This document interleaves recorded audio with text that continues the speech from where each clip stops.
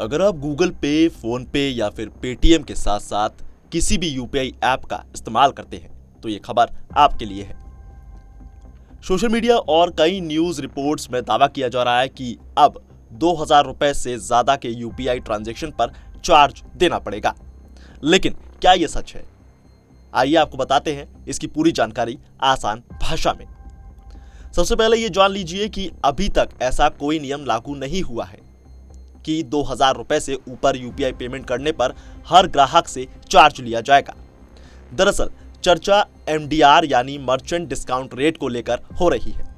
अब सवाल यह है कि एमडीआर होता क्या है? देखिए, जब कोई ग्राहक यूपीआई के जरिए किसी दुकान या फिर बिजनेस को पेमेंट करता है तो उस ट्रांजैक्शन को प्रोसेस करने में कई संस्थाएं शामिल होती हैं। इन सेवाओं की लागत को पूरा करने के लिए व्यापारियों से एक छोटी फीस ली जाती है जिसे मर्चेंट डिस्काउंट रेट यानी एमडीआर कहा जाता है। अब कुछ साल पहले सरकार ने यूपीआई को बढ़ावा देने के लिए यूपीआई और रुपए डेबिट कार्ड ट्रांजैक्शन पर एमडीआर को शून्य कर दिया था। इसका फायदा ग्राहकों और व्यापारियों दोनों को मिला और भारत में डिजिटल पेमेंट तेजी से बढ़ा। लेकिन अब खबर यह है कि सरकार बड़े मर्चेंट ट्रांजैक्शन पर एमडीआर वापस लाने के प्रस्ताव पर विचार कर रही है। रिपोर्ट्स के मुताबिक 2000 रुपए से ऊपर के कुछ मर्चेंट यूपीआई ट्रांजैक्शन पर एमडीआर लागू करने का सुझाव दिया गया है। अब यहां सबसे जरूरी बात भी है जो आपको समझना बेहद जरूरी है। देखिए, अगर भविष्य में ऐसा नियम लागू होता है तो इसका मतलब यह नहीं है कि हर ग्राहक से सीधे चार्ज लिया जाएगा। एमडीआर आमतौर पर व्यापारी द्वारा भुगतान किया जाता है। हालांकि कुछ मामलों में व्यापारी अपनी लागत को कीमतों में शामिल कर सकते हैं, लेकिन इस बारे में अभी कोई आधिकारिक फैसला नहीं हुआ है।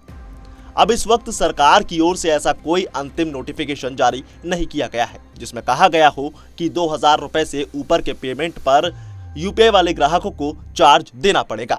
इसीलिए सोशल मीडिया पर वायरल हो रहे कई दावों पर आंख बंद करके भरोसा करना जरा नादानी होगी। इसीलिए अगर आप रोजाना यूपीआई से पेमेंट करते हैं तो फिलहाल आपको घबराने की जरूरत नहीं है।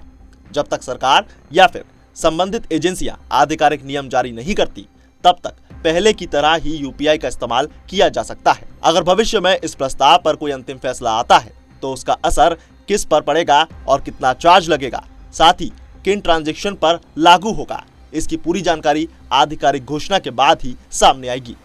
तो फिलहाल निष्कर्ष यही है कि 2000 रुपए से ऊपर के पेमेंट पर कोई चार्ज नहीं देना होगा। अभी एक प्रस्ताव पर चर्चा का हिस्सा है, लेकिन कोई नियम लागू नहीं है।